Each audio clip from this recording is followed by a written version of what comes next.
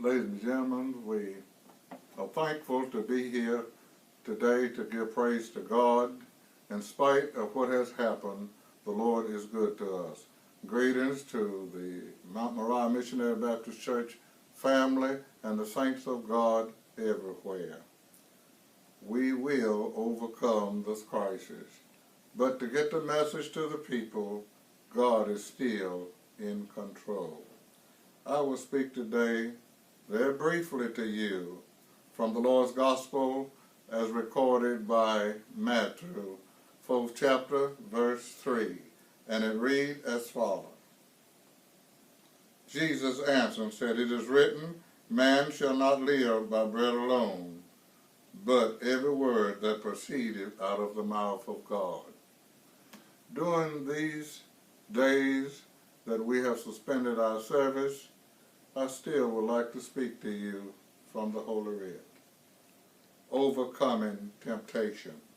And when we think about overcoming different problems, that's what the word overcome means, that you have defeated and taken control of the problem, and you have solved it to a certain extent.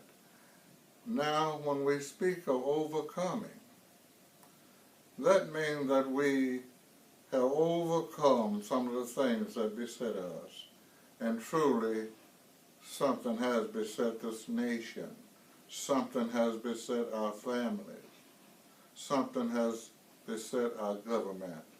But you remember that we'll overcome.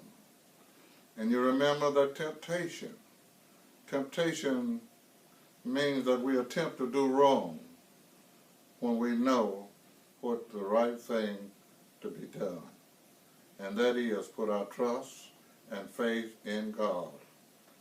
And ladies and gentlemen, briefly, I will point out a few things that we must overcome. We must overcome fear. We must overcome doubt. Doubt is Satan's tool in order to defeat the church of God. But the word is, no weapon formed against us shall prosper. Jesus taught us how to overcome different things. And a good example, after he had been baptized and went into the wilderness, and after that Satan came. But Jesus taught us, number one, to be faithful to God, be faithful to our fellow man, be faithful to anything that beset us in life.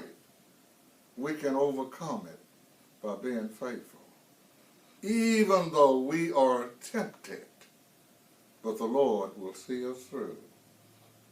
My brothers and sisters, temptation will come our way regardless of who we are.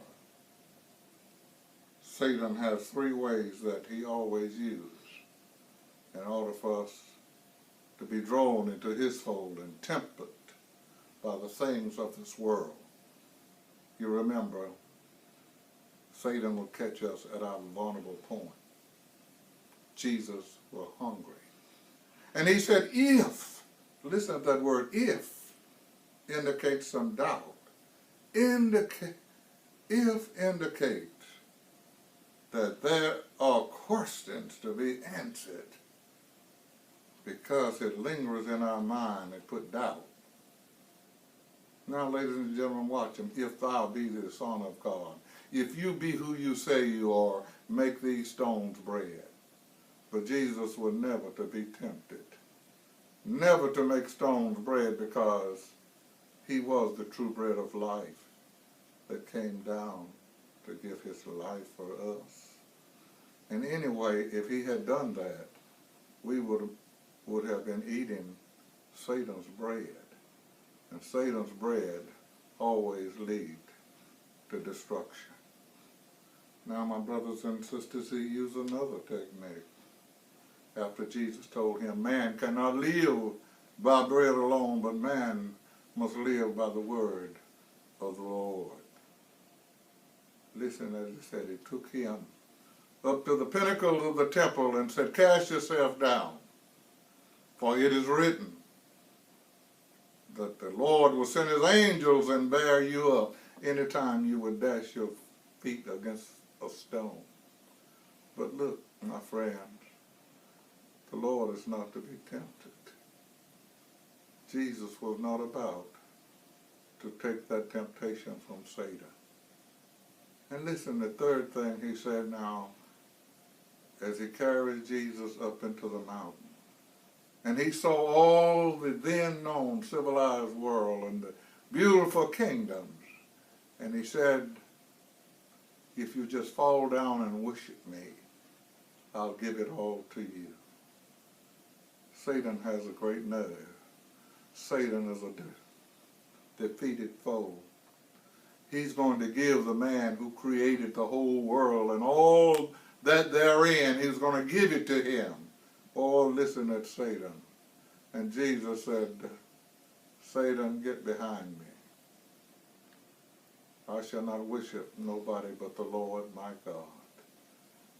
One thing for sure, my friends, Satan knows how to quote the scripture, and Satan was quoting from the Psalms.